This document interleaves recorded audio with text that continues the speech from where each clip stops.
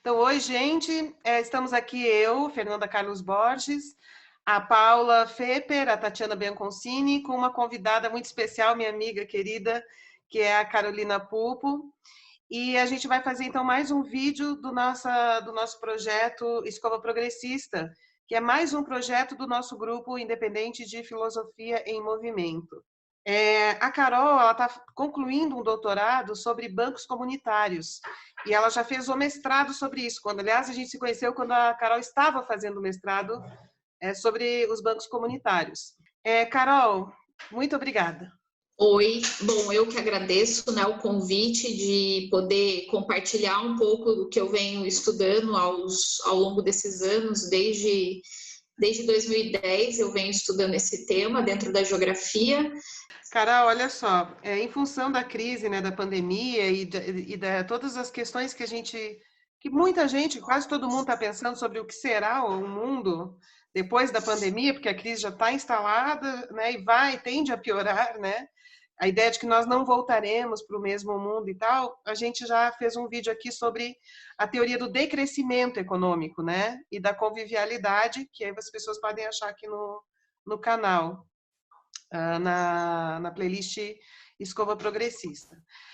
E a gente achou que essa questão do decrescimento e de um outro modo de economia não centralizado e tal, também existe nos bancos comunitários, né? Também é possível por meio dessa lógica dos bancos comunitários, e por isso que a gente quis falar contigo.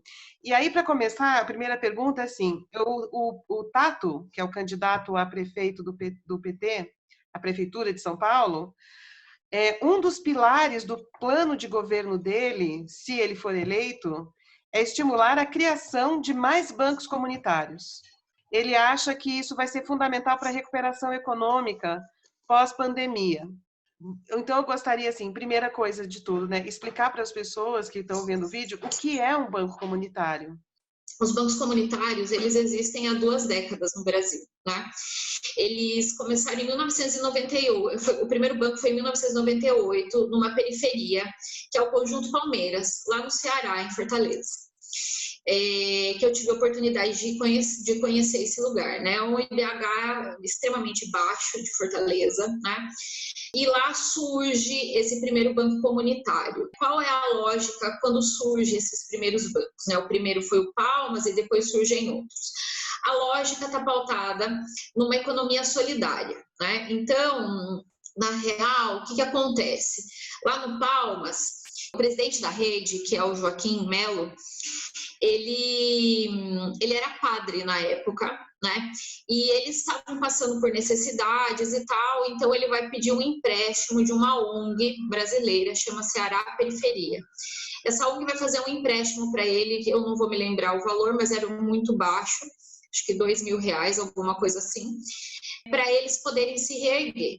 E aí eles vão começar a fazer, a partir desse empréstimo, vai ser criado, tipo, meio que ao mesmo tempo, a moeda e o banco, né? Existe uma simbiose aí da criação entre a primeira moeda local e o banco comunitário. Né? Então o Joaquim ele fala, né, tipo, quando eles estão todos, existe uma associação de moradores muito forte no Conjunto Palmeiras, porque eles moravam, né, na Avenida Beira-Mar e eles foram jogados para a periferia, né, aquela velha história que acontece, né, de especulação imobiliária. E quando eles chegam lá, um lugar completamente lodoso, não tinha absolutamente nada, esgoto, a céu aberto, etc. E eles tentam sair daquela situação. Então, cria-se primeiro a associação de moradores, e aí, com o tempo, eles vão tentar, eles vão criar esse banco, né? E a moeda. Então, a primeira moeda, na verdade, era uma coisa muito simples, né? Era tipo um papel mimeógrafo, que as pessoas escreviam atrás, né, se ela ia comprar lá no mercadinho, etc. Meio que como se fosse um sistema de fiado, né, que é uma coisa bem antiga, mas que ainda existe muito nas periferias, né, brasileiras, o fiado. Que é baseado na confiança, que também já é uma característica importante aí dessa economia, né, a confiança entre os agentes que promovem essa economia. surge essa moeda. Então, existe também algumas, que é o que eu vou trazer na tese, né, que é uma coisa mais inovadora aí do que eu fiz no mestrado, que existiram, né, ao longo da criação do Banco Palmas, organizações mundiais que estiveram por trás dessa criação. Existiram organizações não governamentais, principalmente, né, que estão ligadas os principais agentes de microfinanças do mundo, que giram aí bilhões de dólares, né? Que implementaram no Conjunto Palmeiras uma coisa chamada método de bônus de fomento. Então, o que é o método de bônus de fomento? É você pegar eles construíram tipo uma escola lá, um prédio, e as pessoas eram pagas com essa moeda local, né? Para quê? Porque a partir do momento que você paga a pessoa uma parte com a moeda local, essa pessoa vai começar a fazer a circulação dessa moeda ali naquele determinado lugar, né? Então, o que eu vejo é que o Banco Palmas, por ter essa associação de moradores muito forte, arraigada ali há muitos anos, eles tiveram a capacidade, na verdade, de reverter o sistema, né? De pegar, cooptar essa ideia que existia, né? E transformar numa coisa que é deles, né? Que é o que a gente chama dessas moedas locais ou moedas sociais, né? Então, essas moedas locais, elas só podem ser usadas no comércio local. Elas têm uma área de uso. Então, sim e não. A moeda local, quando ela surge, ela é usada somente no bairro. Então, os estabelecimentos ali daquele bairro, eles se cadastram no banco comunitário para poderem receber essa moeda local. Então, isso é muito interessante. Por quê? Porque a riqueza, né, daquele lugar, ela não sai dali, né? Ela permanece naquele lugar. Então, isso tem a capacidade de gerar empregos ali naquele bairro. Só que em 2017, os bancos, eles criaram uma moeda social digital, certo? E pela própria forma da moeda, né, que é essa questão técnica, que é a informação, a moeda ela não está restrita só a um determinado bairro, ela pode ir para qualquer outro lugar, não é? Então, essa moeda de papel, ela tem essa restrição que seria o bairro. Já essa moeda digital, que é o caso mais emblemático, é o caso da cidade de Maricá, no Rio de Janeiro, que já vem fazendo renda básica da cidadania desde agosto do ano passado, quando isso ainda não era moda. Ela faz uso dessa moeda social digital. Então, a moeda ela é aceita na cidade toda, tá? No município. E é a mesma moeda que eles chamam de e-dinheiro, né? Ela circula nos bancos comunitários que fazem uso desse e-dinheiro. Então, por exemplo, eu posso estar num banco comunitário de São Paulo e, sei lá, eu fui até o Ceará e fui no Banco Palmas. Eu posso usar essa mesma moeda para fazer compras lá. O que é muito legal é por quê? Porque a riqueza circula entre as periferias, né? Na verdade, são duas coisas diferentes. A gente tem a moeda de papel e a moeda digital, certo? Acho que é melhor eu explicar primeiro qual é o funcionamento da moeda de papel e depois a moeda digital. Acho que faz mais sentido, né? Então, a economia solidária, ela a base dela, né, seria o quê? A confiança, a solidariedade existente entre as pessoas que fazem esse tipo de economia. Ela não está ligada ao lucro, né, como o sistema capitalista vê. O Paul Singer, né, que é o grande precursor da economia solidária no Brasil, ele acreditava que a economia solidária era uma resposta ao capitalismo, né, que viria contra essa corrente capitalista. Existem críticos que já falam que não, os marxistas mais ortodoxos já não veem dessa maneira. Quando o Luiz Inácio Lula da Silva é eleito, ele cria uma secretaria chamada Secretaria de Economia Solidária. Essa Secretaria de Economia Solidária foi presidida pelo professor Paul Singer, né? Antes do golpe que a gente sofreu. E quando você tem a secretaria, esses bancos comunitários, eles se tornam uma política pública de combate à pobreza. Então, a gente tem um aumento expressivo do número de bancos comunitários no território brasileiro a partir do momento que ele se torna uma política pública, né? Então, ele fazia parte de um guarda-chuva maior, que era o Plano Brasil Sem Miséria. Então, até 2017, só existia essa moeda de papel. O que era essa moeda? Essa moeda circulava nos bairros e o cara, ele tinha lá o comércio, ele tinha que se cadastrar no banco para poder receber a moeda. Se eu vou lá e faço um empréstimo em Palmas, por exemplo, ou em Sampaios, eu posso pegar os meus 10 Sampaios e ir no banco e trocar por R$10, porque a paridade dessa moeda é 1 para 1. E o mais, na minha opinião, interessante dessas moedas é que essas moedas, elas são emprestadas a juros zero. Basicamente, ele fornece 2 créditos, é o crédito produtivo e o crédito de consumo. O crédito produtivo, ele é um empréstimo em real, para a pessoa, sei lá, eu vendo lingerie, então eu preciso de real para poder comprar numa loja, né, e poder vender. Mas o crédito de consumo são coisas básicas do cotidiano, do tipo, eu preciso comprar leite, eu preciso comprar carne, eu preciso pagar tal coisa. Então, o crédito de consumo são empréstimos muito baixos mesmo, em valores. As pessoas vão para emprestar 4 Sampaios, 10 Sampaios ou, sei lá, apuanãs, né? Por quê? Porque é para a sobrevivência da pessoa. E o fato da moeda ela ser emprestada a juros zero faz com que essa moeda ela não seja entesourada. Por quê? Porque não faz sentido você guardar a moeda. Faz sentido você circular a moeda. Por quê? Porque ela tem juros zero. Então, isso faz com que a moeda ela circule, né? Então, o Keynes, ele falava isso, né?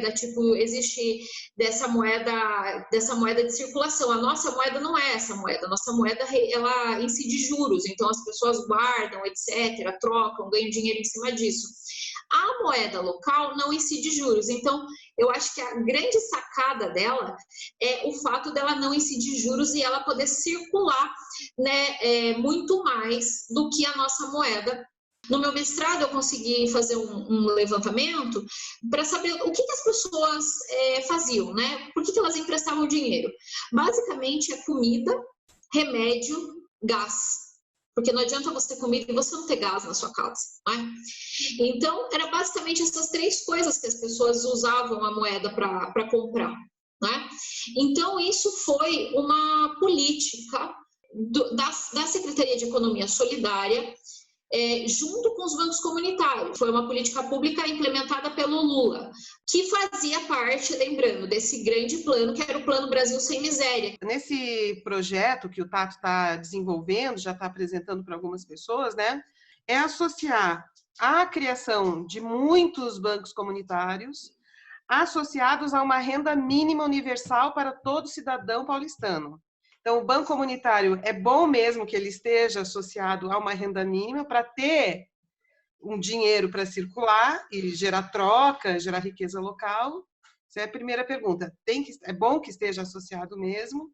E a segunda pergunta é, para criar um banco, como você falou, é preciso ter um lastro, tem que ter uma certa reserva, como é o caso daquele que você falou, mais ou menos R$2.000 eles tinham para poder abrir aquele banco.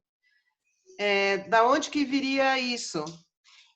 E, mais uma pergunta, se o banco comunitário não visa lucro, como é que ele paga as pessoas dedicadas a trabalhar exclusivamente para ele? Eu vou começar pela pergunta mais simples, que é o lastro, certo? Os bancos comunitários que existem, da onde vem o lastro? Primeiro que o lastro é uma coisa bem pequena, né? Tipo, você fala, nossa, um banco, né? Mas a gente não está falando de banco tradicional, a gente está falando de um banco com outro tipo de relação econômica. O lastro normalmente é muito baixo, né? Com raras exceções, né? Com poucos bancos que têm um lastro um pouco maior, vamos dizer assim. Normalmente, eles vêm de doações de pessoas físicas, tá? Então, essa é uma forma de lastro. Pessoas físicas podem fazer doações para que o banco ele tenha lastro. Uma segunda forma de você criar lastro, o próprio governo federal como política pública, ou o governo municipal, enfim, ele pode gerar um lastro para aquele banco comunitário, porque sem lastro ele não consegue fazer nada, certo? Então eu posso pegar o meu lastro e dividir metade em crédito produtivo e metade em crédito de consumo, por exemplo, né? Cada banco ele faz de uma determinada maneira, né, a divisão do lastro dele, tá? Então, basicamente é isso. E uma coisa interessante é as Cáritas, né, que é uma organização da Igreja Católica, é uma das grandes financiadoras de lastro para vários bancos comunitários. Isso é uma coisa que eu acho interessante. Como que o banco ele paga o funcionário? Quando o banco comunitário ele foi uma política pública federal, né, vinculada à Secretaria de Economia Solidária, existia o quê? A Secretaria ela fazia editais.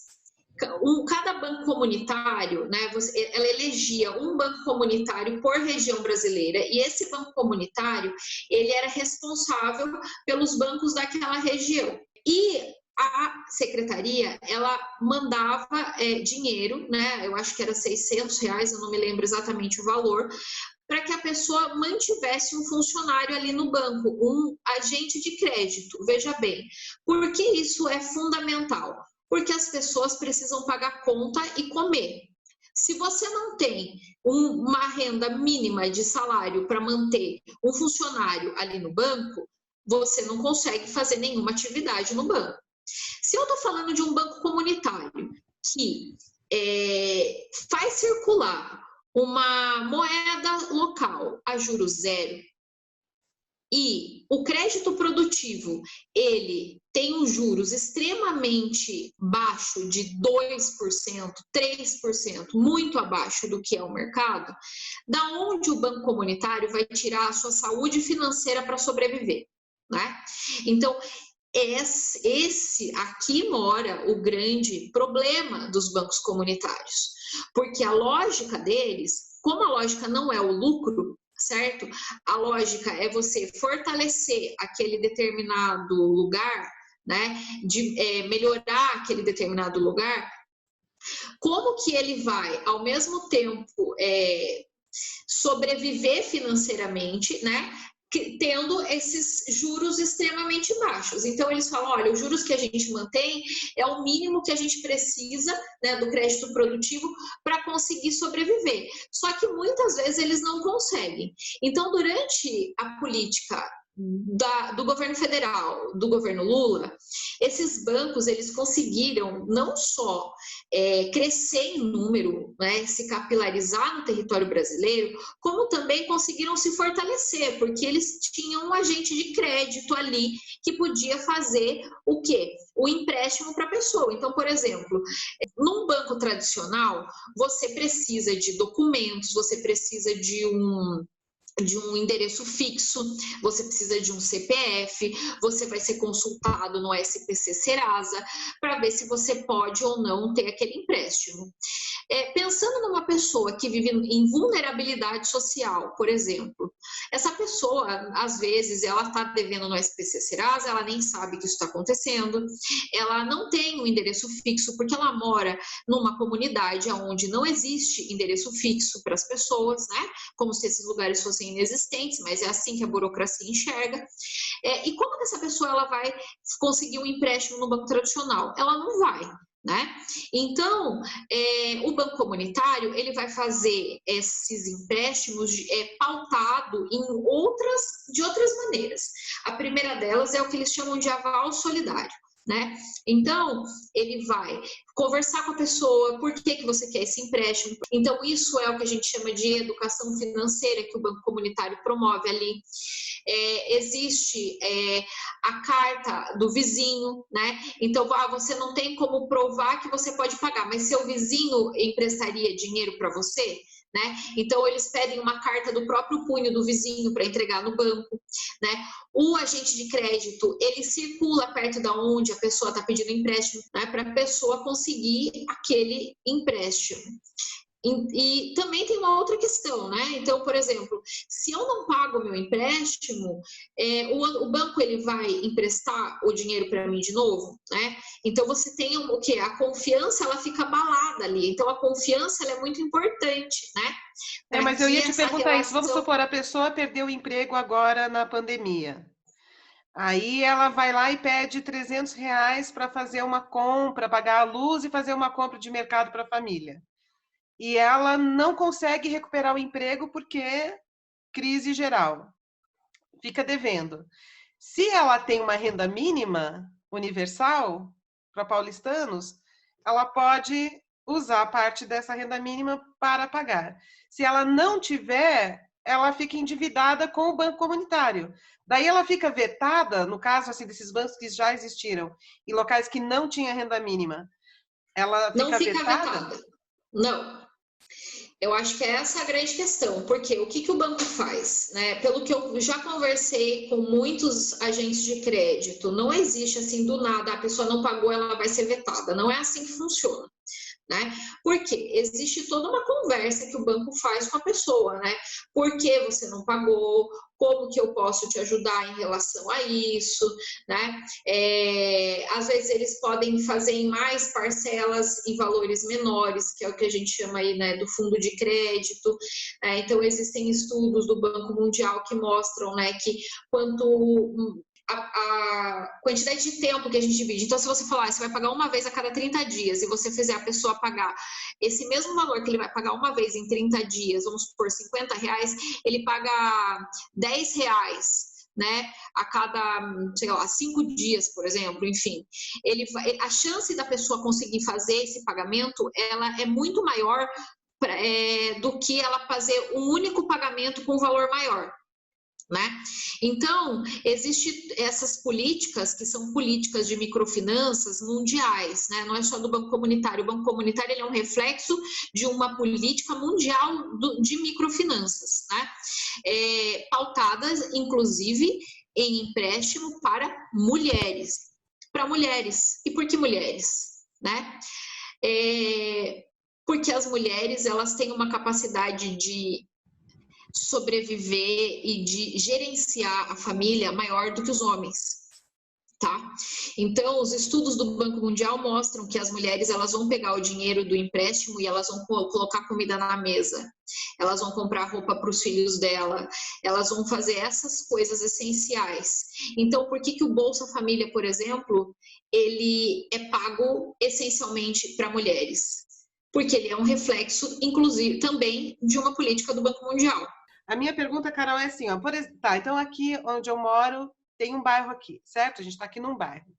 As pessoas aqui do bairro querem montar um banco. Alguém pensa, esses bancos eles têm que ser criados via uma associação de bairro, né? Tem que ter algum tipo de organização local para que isso exista. Não é um voluntário que cria um banco, um indivíduo voluntário.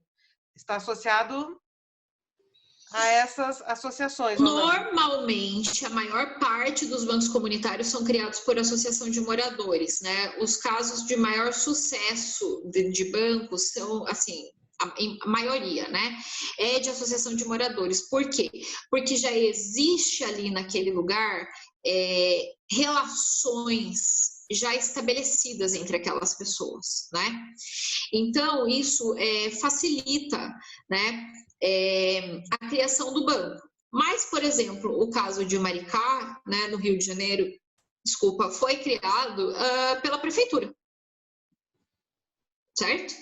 Então, é uma política pública, né? O Banco Comunitário de Maricá, ele é uma política pública municipal. Eles têm uma Secretaria de Economia Solidária em Maricá.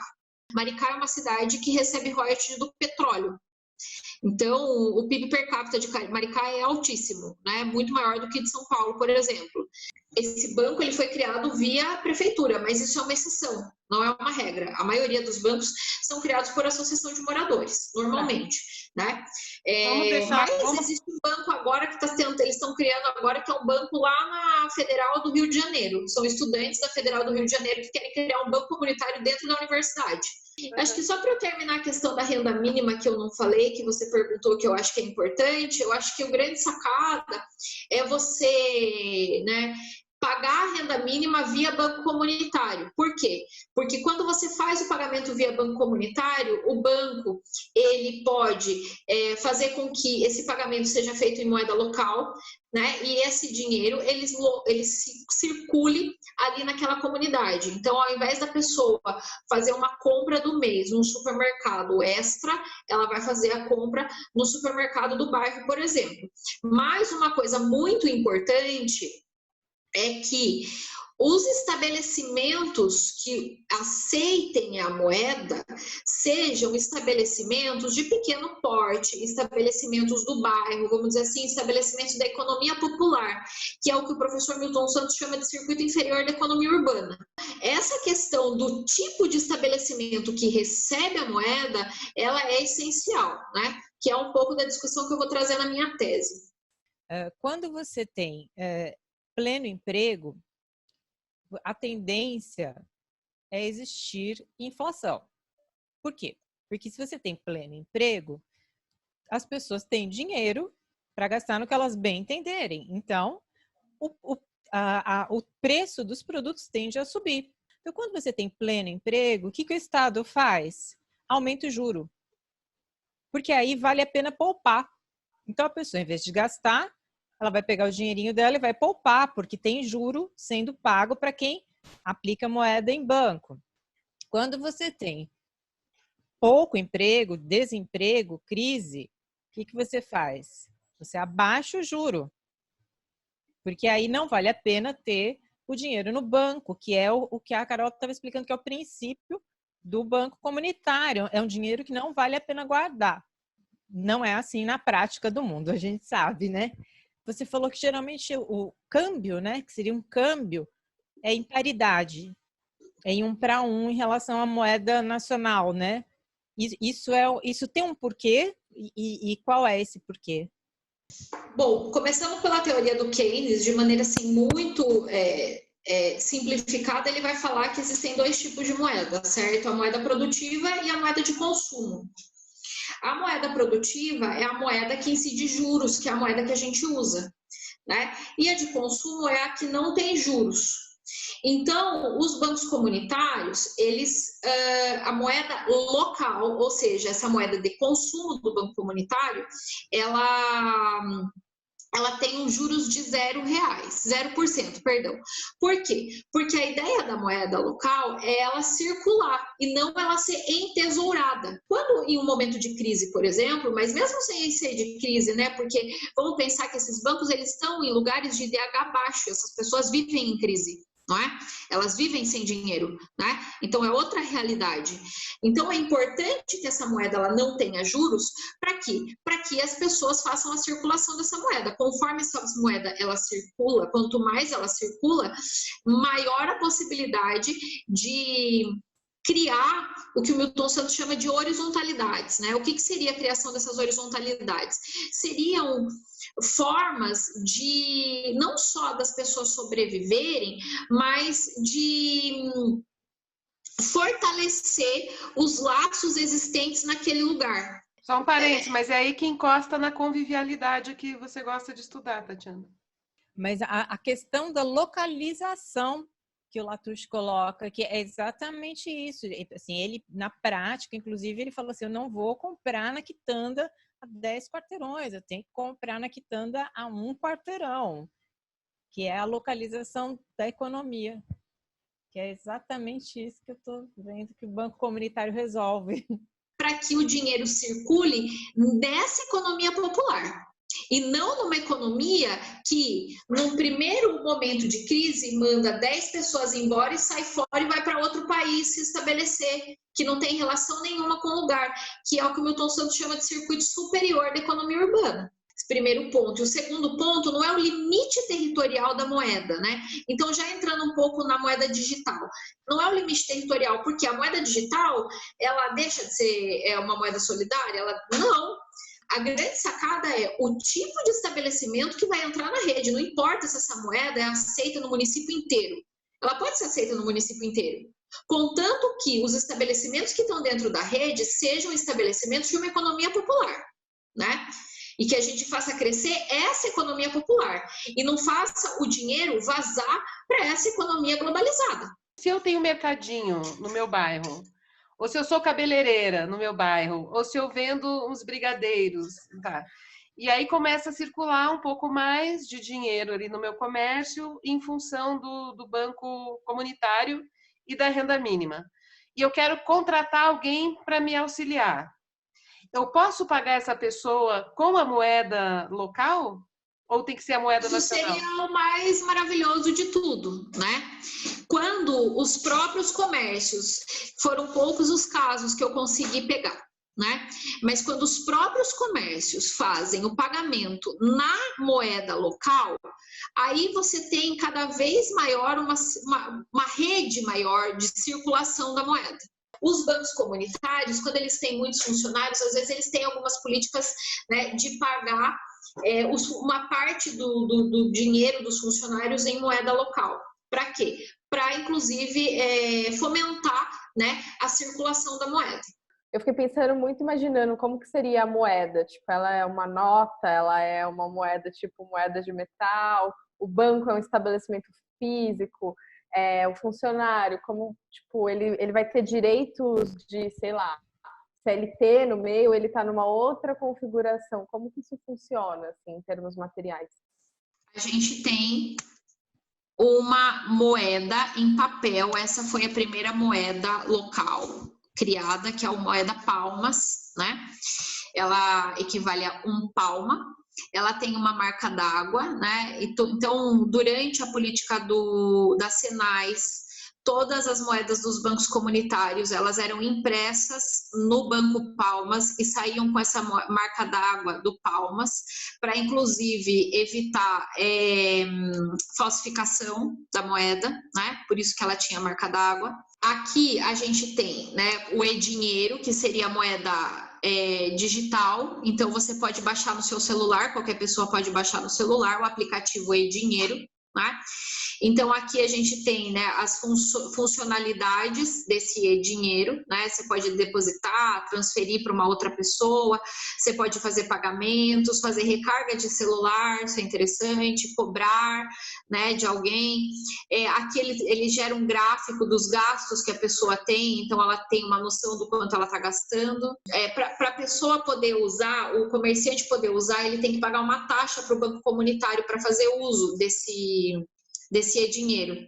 Essa plataforma e-dinheiro e o fato dos comerciantes terem que pagar essa taxa para fazer uso do e-dinheiro faz com que eles consigam tirar aí o dinheiro para a saúde financeira dos bancos comunitários. Então, é uma forma que eles encontraram para poder sobreviver. O Palmas, ele deixa de ter crédito de consumo. Diz eles, né, nas palavras deles, é que a moeda de papel, ela já cumpriu a função dela. A função dessa moeda seria, para eles, certo? Estou repetindo o que eles dizem, a função da moeda para eles era ensinar as pessoas a consumir no local, tá? Então, para eles, a moeda já teria cumprido o seu papel, né? Quando, na verdade, eu acho que a moeda não é só ensinar a pessoa a consumir no local, mas ela tem toda uma gama aí de outras possibilidades aí que quando você deixa de ter esse crédito de consumo a 0% em alguns bancos comunitários, você tira a possibilidade da pessoa fazer um empréstimo porque ela precisa de um pão, por exemplo, né? Isso é uma política do banco, né? Porque se o banco quiser manter o crédito de consumo para a pessoa colocar o dinheiro no aplicativo, é possível, entendeu? Então, depende da política que o banco vai fazer. Então, aqui a gente tem fotos, né, do Banco Palmas, quando eu fui lá, né? Então, aqui, Paula, a gente tem o cartão, que é o e-dinheiro, certo? Que é um cartão magnético. Então, existe a possibilidade do cartão magnético e existe a possibilidade do aplicativo no celular. Esse mapa aqui, né, que eu fiz ainda no mestrado, que mostra a questão da política pública, né, que eu estou falando da Secretaria de Economia Solidária, quanto que ela foi importante, né? Então, esse mapa aqui é de 1998 a 2014. Então, a gente tem aqui, né, os pontinhos em vermelhos são os bancos que foram criados antes da política pública, tá? Ou seja, era muito concentrado aqui no Ceará por conta do Banco Palmas, um ou outro, né, em outros lugares. Daí depois aqui a gente tem de 2010 a 2007 a 2010, que foi o primeiro edital da Senais, né, ainda bastante concentrado aqui nessas áreas, onde já tinham bancos comunitários, né, e aí 2011 a 2014 a gente tem mais um edital, e é onde você tem aí esse ganho dessa capilaridade pelo território brasileiro desses bancos comunitários, né? Então, claro, quando você vê que é uma política pública do âmbito federal, né, o negócio ele tem uma condição de se capilarizar muito maior, né? Eu fiquei muito emocionada olhando o mapa, me deu uma verdadeira emoção, assim, ai, que saudade do meu ex, né? O Brasil já estava, o Brasil estava arrumando mesmo para um processo civilizatório, de um refinamento, né, de civilização, de inteligência, de aproveitamento das inteligências, né, nacionais, tanto populares quanto políticas, no sentido das políticas públicas, né? Olha que saudade do meu ex, esse mapa. E aí hoje a gente, né, entrou numa brutalidade, assim, toda essa sutileza, toda essa trama, parece que corre o risco de ser esmagada por um trator grosseiro, né, que vai passar por cima disso tudo, né? Assim, é muito triste isso. Aí olha só quanta coisa que as pessoas desconhecem. Essas pessoas que odeiam o PT porque o Lula é ladrão, não sabem de nada disso. Quer dizer, além de não ter a prova de que o Lula é ladrão, elas também não sabem o que foram as políticas públicas do governo petista. Me ocorreu a mesma coisa, conforme eu li esse mapa, comecei a olhar as legendas e tudo mais, e as datas. Aí só veio uma frase na minha cabeça: o golpe foi por causa disso também. Foi isso tudo. Total, tipo, os novos bancos que surgiram recentemente, de startup, os grandes bancos criam uma falsa preocupação, muitas vezes, de incluir pessoas que não estão bancarizadas ainda, né? Isso é uma preocupação que super aparece no discurso de bancos grandes, tá aí o motivo, né? Tanto que uma hora eu falei assim, as pessoas que estão excluídas, né, do sistema bancarizado, entre aspas, né? A gente tem 39% da população no Brasil hoje não bancarizada, certo? Não bancarizada dentro de um sistema tradicional. Só que essas pessoas podem não estar dentro de um sistema bancário tradicional, mas eles estão sendo cooptados aí por essas instituições não bancárias, né? Que são essas financeiras, né, que se estabelecem aí, né, elas têm toda uma lógica, né, de se estabelecer em locais de grande circulação, em locais de pessoas de classe E, D, né, para que onde elas vão conseguir empréstimo a juros altíssimos, né? Então, elas não estão bancarizadas, mas elas estão dentro do sistema financeiro, sendo expropriadas daquilo que elas não têm, né? As instituições financeiras, essas que dão crédito, né? A gente não pode esquecer uma coisa fundamental no curso da história, que é o seguinte: quem patrocina o principal telejornal da principal emissora brasileira é a maior destas instituições de crédito, que não é um banco. E não é que ele anuncia no intervalo. No final do jornal aparece assim, um oferecimento instituição tal. Então, quando a gente vê que o telejornal é oferecido por essa instituição, é mais do que natural que... natural não é, mas é mais do que óbvio que ele oferece uma linha editorial que favorece a narrativa desse tipo de mundo, né? Que não tem nada de economia solidária, né? Que é emprestar a juros altíssimos para ferrar a pessoa que sequer sabe lidar com os bancos tradicionais.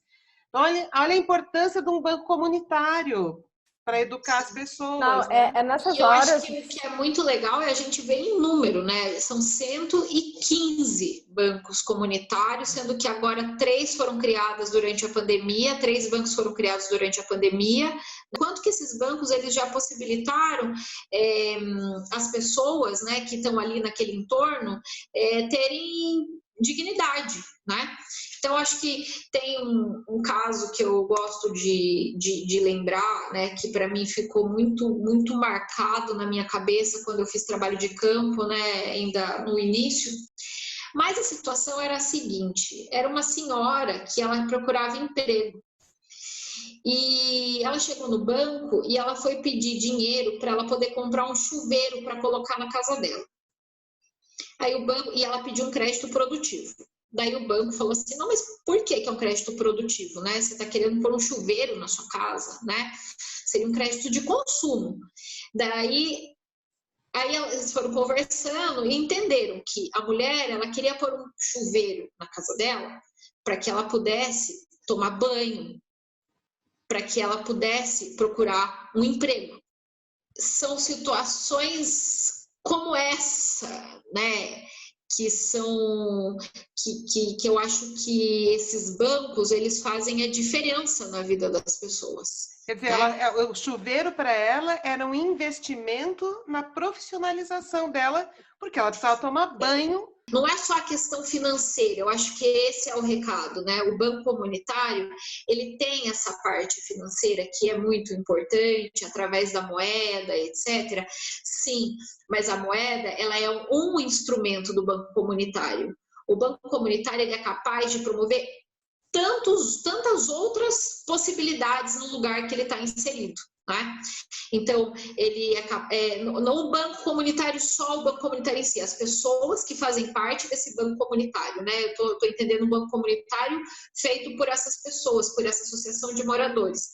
Do quanto que os juros, ele é a representação da acumulação, né? Sobre juros, daquela Emma Tiefenbach, que eu gosto, que eu estudei para o Barraco do Dinheiro, que é aquela filósofa suíça atual, e ela falava que os juros são a remuneração da moeda no tempo. Na verdade, assim, o juro é a moeda sendo remunerada através do tempo, porque os juros incidem no tempo. Então, o juro ele só favorece a moeda. Favorece a moeda e favorece quem consegue fazer as trocas no tempo certo dessa moeda também, né? Que são os grandes capitalistas, né? Eu tive muito insight, assim, de tipo, do quanto que a parte que ela falou da educação financeira e o quanto que dentro de bancos você tem um potencial de, tipo, fomentar a comunidade de uma maneira que ela se torne autônoma, né? Total. E é no caso como esse que se diz o Lula, o PT, né, foi derrubado, o Lula e a Dilma foram derrubados pelos acertos. Esse é um exemplo. Sim, total. Então tá, Carol, muito obrigada. Volte sempre e vem conversar com a gente mais vezes. Se quiser integrar as escovas progressistas, a gente... Eu que agradeço, né? Foi muito legal essa conversa e aceito o convite, né?